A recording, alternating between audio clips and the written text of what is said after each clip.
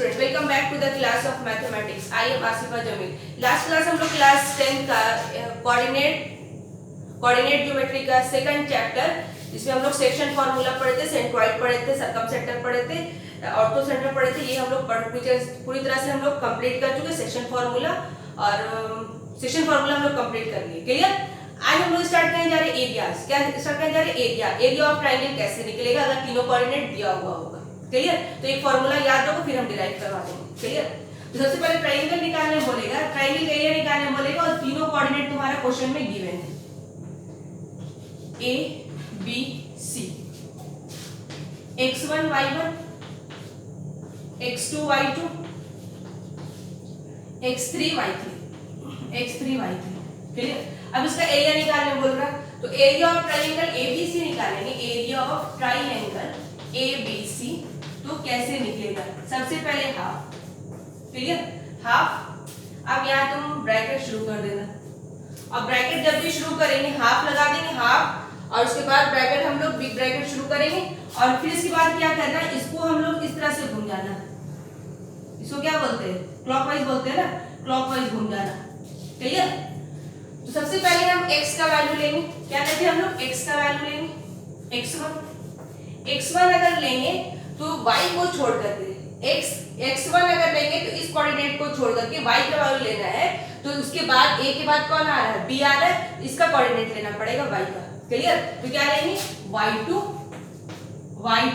Minus y3। क्या लेते हैं? y2 माइनस y3 प्लस, थोड़ा सा भी एक दो बार फॉर्मूला लिख लेना। अगर फॉर्मूला नहीं लिखना तो कोऑर्डिनेट को इस ट्रायंगल पर डाल देना, ठीक है, और उसके बाद डायरेक्टली तुम वैल्यू को उठाकर पुट कर देना अगर फॉर्मूला नहीं आता तो क्या लिए? पहले x1 लिए, अब x1 के बाद क्या लेना है? x2 लेना। x1 के बाद क्या आएगा? x2 लिख दिए, ब्रैकेट स्टार्ट कर दिए।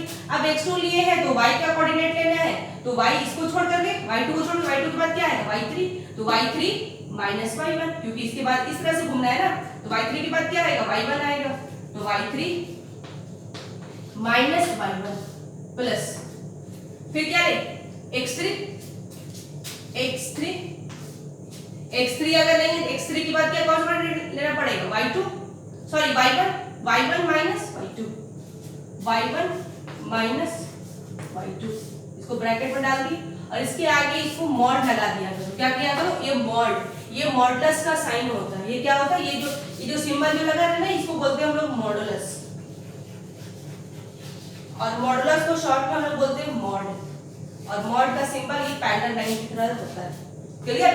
तो मॉड क्या करता है, क्योंकि एरिया कभी नेगेटिव नहीं आता है। क्लियर? एरिया कभी नेगेटिव में नहीं आता है। अगर हम लोग सॉल्व करें, क्योंकि कोऑर्डिनेट ले रहे, कोऑर्डिनेट सॉल्व करने में नेगेटिव पॉजिटिव भी आ सकता है, तो जब हम लोग कोऑर्डिनेट ले रहे हैं तो कभी अगर सॉल्व करने पर ये नेगेटिव वैल्यू आ गया तो ये मॉड क्या करेगा? नेगेटिव को क्या बना देगा? पॉजिटिव बना देता है, इसीलिए हम लोग मॉड लगाते हैं। क्लियर? समझ में? ये एरिया ऑफ ट्रायंगल हो गया। अब एरिया ऑफ तुम्हारा क्वाड्रिलेटरल निकालने बोलेगा, तो क्वाड्रिलेटरल का एरिया निकालने के लिए हम लोग क्या करें? इसको हम डिराइव करेंगे अभी। क्लियर? पहला ये तुम्हारा फार्मूला, दूसरा फार्मूला एरिया ऑफ क्वाड्रिलेटरल निकालने बोलेगा, एरिया ऑफ क्वाड्रिलेटरल, और कोऑर्डिनेट दिया हुआ है, क्वाड्रिलेटरल का एरिया निकालने बोल रहा है। तो क्वाड्रिलेटरल का एरिया अगर हम लोग निकालेंगे तो क्या करेंगे? इसमें सबसे पहले क्या करेंगे? इसको हम लोग एबीसीडी तुम्हारा क्या हो गया? क्वाड्रिलेटरल हो गया। तो क्वाड्रिलेटरल का एरिया निकालने के लिए हम लोग सेम ट्रायंगल का ही एरिया ऑफ क्वाड्रिलेटरल का निकालने बोला, सिंपल ये ट्रायंगल की मेथड से ही लगाएंगे, इसमें कोई शॉर्टकट मेथड नहीं है। क्लियर? वो शॉर्टकट मेथड क्लास से 12th में जाओगे तो डिटरमिनेंट्स पढ़ोगे, मैट्रिसेस पढ़ोगे, वहां पे एक शॉर्टकट मेथड लगता है, वो 12th और 11th में मैट्रिसेस और डिटरमिनेंट्स के मेथड से बनाते हैं। अगर यहाँ अगर पढ़ लोगे तो एग्जाम में जो है टीचर मार्क्स नहीं देंगे। क्लियर? इसलिए हम नहीं बताएंगे डिटरमिनेंट्स मेथड से एरिया कैसे निकलेगा। डिटरमिनेंट्स मेथड आसान होता है, या फिर डिटरमिनेंट्स मैट्रिसेस मेथड आसान होता है, लेकिन अभी हम नहीं बताते क्योंकि टीचर मार्क्स काट देंगे, टीचर को समझ नहीं आए कौन से मेथड से बना है। क्लियर? तो डायरेक्टली यही मेथड लगाओ। ये तुम्हारा क्या होगा? ट्रायंगल एबीसी, तो एक ट्रायंगल इसका एरिया निकालो, क्योंकि कोऑर्डिनेट्स सारा सिंपल दिया हुआ है, तो एरिया ऑफ ट्रायंगल क्या करेंगे? ABD plus area of triangle BCD, दोनों के एरिया क्या करेंगे? ऐड कर देंगे, और एरिया ऐड करने से क्या करेंगे? सेम यहाँ पर अगर मान लो एबीसी चले तो सेम इस तरह से चलो, ए के बाद बी के बाद सी, इसलिए यहाँ सेम करो। क्लियर, सेम दोनों तरीके से। अब एक चीज याद रखो, क्योंकि अगर कोलिनियर, क्योंकि पिछले चैप्टर में जो हम बताए थे कि कोलिनियर वाला क्वेश्चन आया था, कोलिनियर मींस क्या होगा कि एक ही लाइन पर तीनों पॉइंट आ जाता है, उसको क्या बोलते हैं हम लोग, कोलिनियर। जैसे मान लो ये तुम्हारा 3 पॉइंट है, वहां पर हम बताए थे कि यहाँ पर स्टार्ट लगा, तो नेक्स्ट चैप्टर जब हम पढ़ेंगे तब हम वो चीज बता देंगे। क्लियर, तो वो चीज भी देख लो। कोलिनियर मींस क्या होता है, 3 पॉइंट किसी सेम लाइन पर आ जाएगा। क्या आ जाएगा, मान लो ये ए पॉइंट है, ये बी पॉइंट है, और सी पॉइंट भी इसी लाइन पर आ गया। तो अगर तीनों पॉइंट एक ही लाइन पर आ गया तो क्या इसका एरिया निकलेगा, इसका एरिया क्या होगा, जीरो होगा। क्या होगा, एरिया जीरो होगा। अगर तीनों पॉइंट एक ही लाइन पर आ गया तो उस केस में एरिया क्या हो जाएगा, जीरो हो जाएगा। तो अगर कोलिनियर बोलेगा तो सिंपल एरिया क्या कर देंगे, जीरो कर देना, और एरिया जीरो करेंगे तो क्या निकल के आएगा वो देखो। तो कोलिनियर के केस में क्या लिखेंगे, area of triangle ABC equals to 0, 0 put कर दिए। अब एरिया ऑफ ट्रायंगल ABC 0, और एरिया ऑफ ट्रायंगल का फार्मूला तुम्हारा ये है। एरिया ऑफ ट्रायंगल का फार्मूला क्या है, ये। तो एरिया ऑफ ट्रायंगल की जगह फार्मूला क्या पुट करें, सेम करते formula put, half x1 y2 minus y3 plus x2 y3 minus y1 plus x3 y1 minus y2 equals to क्या, 0। इक्वल्स टू क्या, 0। कोलिनियर है तो एरिया क्या होगा, 0। तो ये हाफ कहाँ जाएगा, इधर जाएगा। यानी कोलिनियर का अगर कोई भी तीनों पॉइंट एक ही लाइन पर आ गया तो उस केस में फॉर्मूला क्या बनेगा,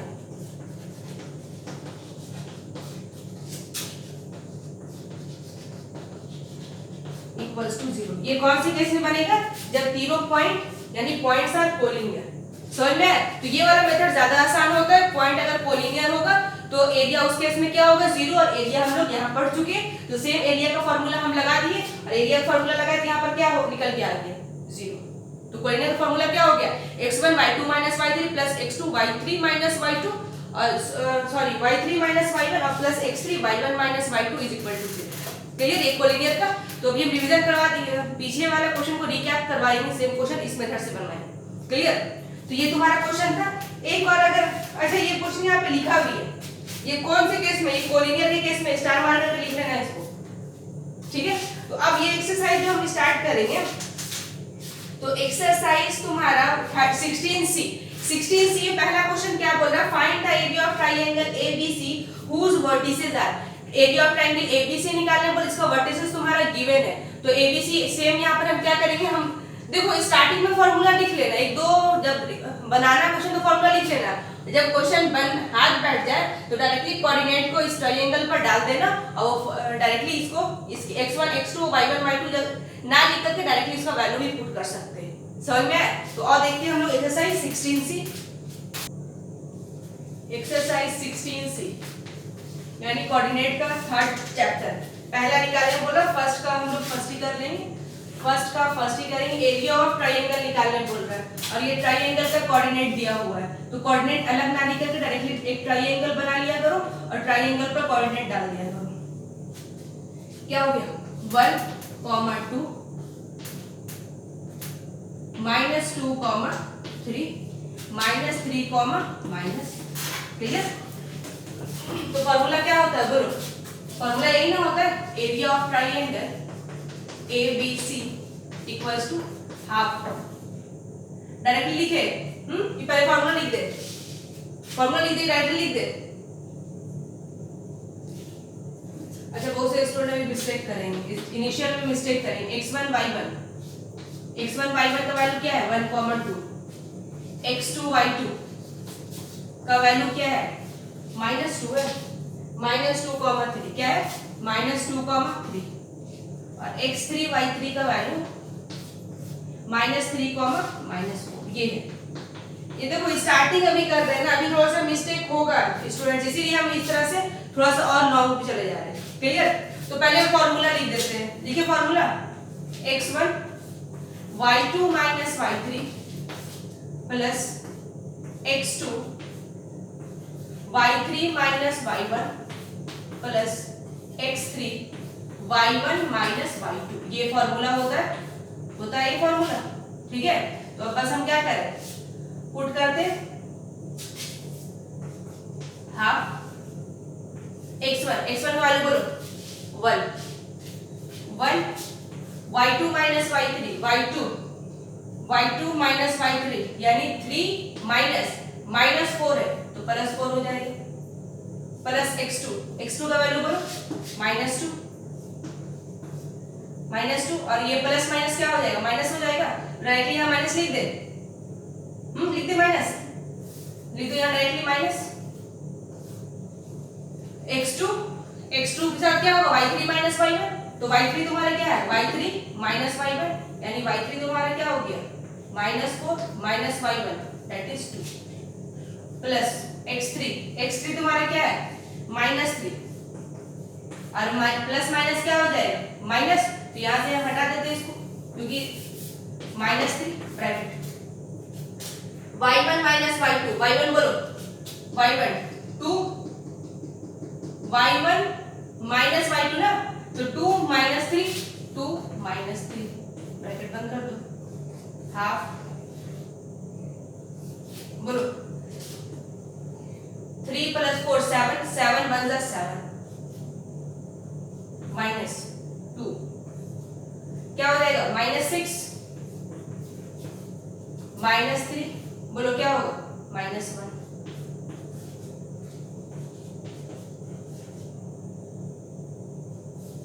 7 minus minus plus 12 plus 3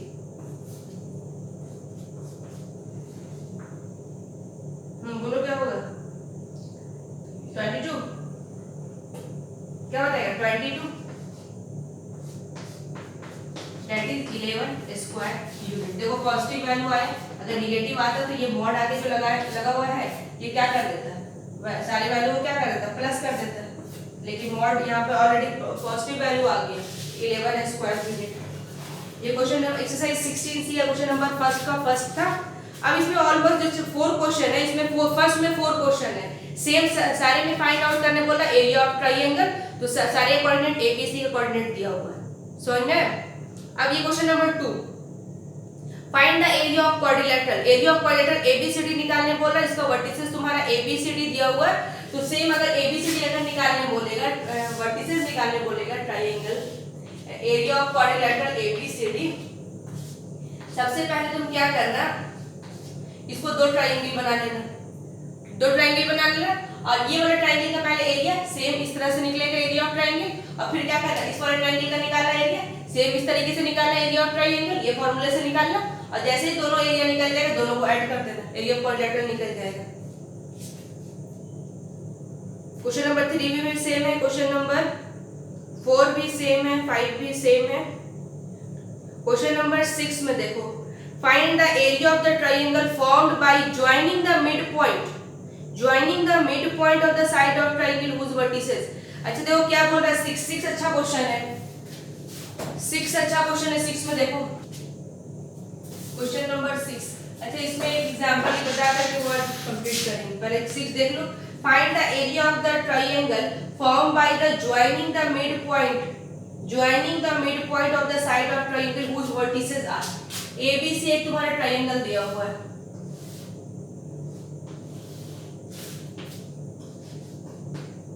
ABC, ये तुम्हारा वर्टिसेस तुम्हारा दिया हुआ है, ये क्या दिया हुआ है 2,1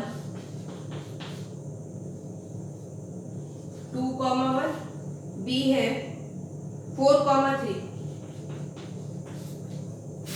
C है 2,5, क्लियर।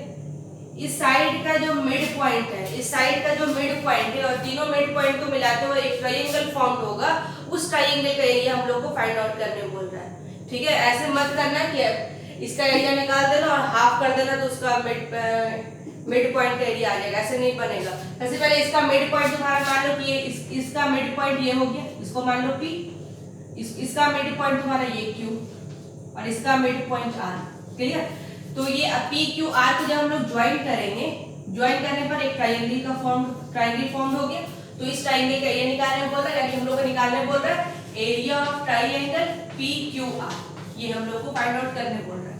समझ में? ये हम लोग को फाइंड आउट करने बोल रहा है। तो area of triangle P Q R अगर हम लोग निकालेंगे तो कोऑर्डिनेट दिया हुआ है तब तो निकालेंगे। सबसे पहले हम लोग क्या फाइंड आउट करना पड़ेगा, उसका कोऑर्डिनेट फाइंड आउट करना पड़ेगा। तो कोऑर्डिनेट फाइंड आउट कैसे करेंगे, क्योंकि ये तुम्हारा ऑलमोस्ट ये क्वेश्चन में लिख चुका है कि पी क्यू आर क्या है, मिड पॉइंट है। तो मिड पॉइंट है तो ये दोनों आपस में क्या होगा, इक्वल होगा, ये और ये इक्वल होगा और ये इक्वल होगा। तो मिड पॉइंट से हम लोग क्यू का कोऑर्डिनेट निकाल सकते हैं ना। क्या निकलता है, x1 + x2/2 होता है ना। क्या निकलता है, यही ना होता है, x1 + x2/2। x का कोऑर्डिनेट निकलेगा और y का कोऑर्डिनेट क्या निकलता है, y1 + y2/2। सबसे पहले भी ये कोऑर्डिनेट निकाल लो, x1 + x2/2 क्या हो जाएगा, 2 प्लस डायरेक्टली करें 2 + 4/2, 2 + 4/2 दैट इज क्या हो जाएगा 6/2, 3 6/2 दैट इज 3। क्लियर। अब यहाँ पर y निकालना तो y1 + y2/2 तो 1 + 3/2 तो 1 + 3/2 क्या हो जाएगा 4/2 और क्या निकलेगा 2। क्लियर। इसको तुम निकाल के यहाँ पे लिख भी सकते हो, ऐसा कुछ नहीं है, समझ में? इसको स्टेप बाय स्टेप लिख सकते हो। अब यहाँ p कोऑर्डिनेट निकालना, p निकालने के लिए क्या करना पड़ेगा, x1 + x2/2 तो 2 + 4 क्या 6/2 3 5 + 3 8/2 4। r कोऑर्डिनेट निकालो, 2 + 2/2 दैट इज 4/2 क्या हो जाएगा 2। 5 + 1 6/2 3 ये निकल गया। अब इस पर हम लोग क्या करना है, इस ट्रायंगल पर क्या करो, सिंपल ये ट्रायंगल दिखा तुमको P Q R। P का कोऑर्डिनेट अगर तुम P से स्टार्ट किया तो इस तरह से चलो, अगर Q R से सीक्वेंस पकड़ना है कि P के बाद Q अगर यहाँ शुरू किया तो इसके बाद ये आना चाहिए, इसके बाद ये, फिर ये, इसके बाद ये, इसके बाद ये, इस तरह से आना चाहिए। समझ में? तो इसको अगर x1 y1 मानते, इसको x2 y2, इसको x3 y3 मान लो, तो हम सिंपल क्या करें, लिख देते साइड में से पहले ये x1 y1 मान लेते, ये x2 y2 और ये x3 y3।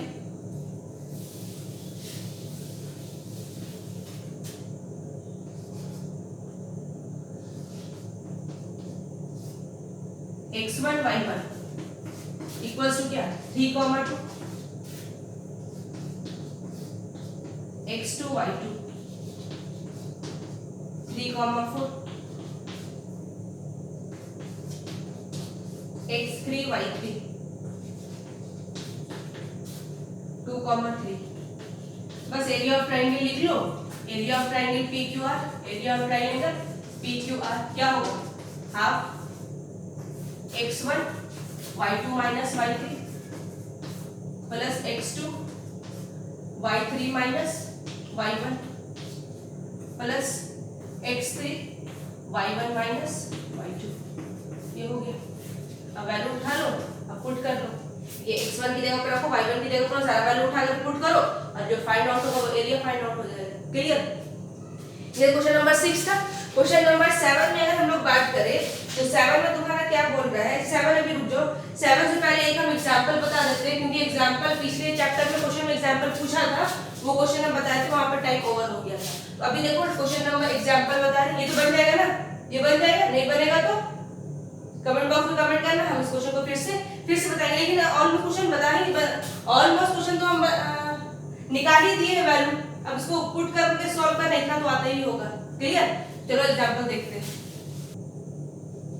देखो ये क्वेश्चन पूछ सकता है, क्योंकि ये क्वेश्चन आ चुका है, इसलिए ध्यान में देखना कि अगर ये ट्रायंगल है, ये ऑब्जेक्टिव क्वेश्चन में पूछ दिया था, और ये ऑब्जेक्टिव का क्वेश्चन था नहीं, ये सब्जेक्टिव का क्वेश्चन है। तो ये क्वेश्चन देखना ऑब्जेक्टिव क्वेश्चन किस तरह से बनेगा, A B C।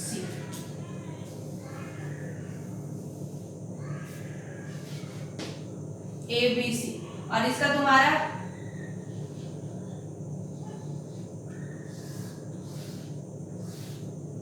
P Q R। Clear. ये तुम्हारा दिया हुआ है, ये तुम्हारा अगर कोऑर्डिनेट दिया हुआ है P Q R दिया हुआ है, P Q R अगर तुम्हारा कोऑर्डिनेट दिया हुआ है, ये मान लो x1, y1 और ये तुम्हारा दिया हुआ x2, y2 और ये दिया हुआ है x3, y3, ये दिया हुआ ये क्वेश्चन में दिया हुआ है x1 y1 x2 y2 x3 y3 question में दिया हुआ है, यानी 2, 3, 4, 5, 7, 6। अब हम लोग को फाइंड आउट करने बोल रहा है find the area of triangle ABC. अब ट्रायंगल एबीसी अगर हम लोग को फाइंड आउट करने बोल रहा है तो ट्रायंगल एबीसी निकालने से पहले हम लोग को एबीसी का कोऑर्डिनेट फाइंड आउट करना पड़ेगा।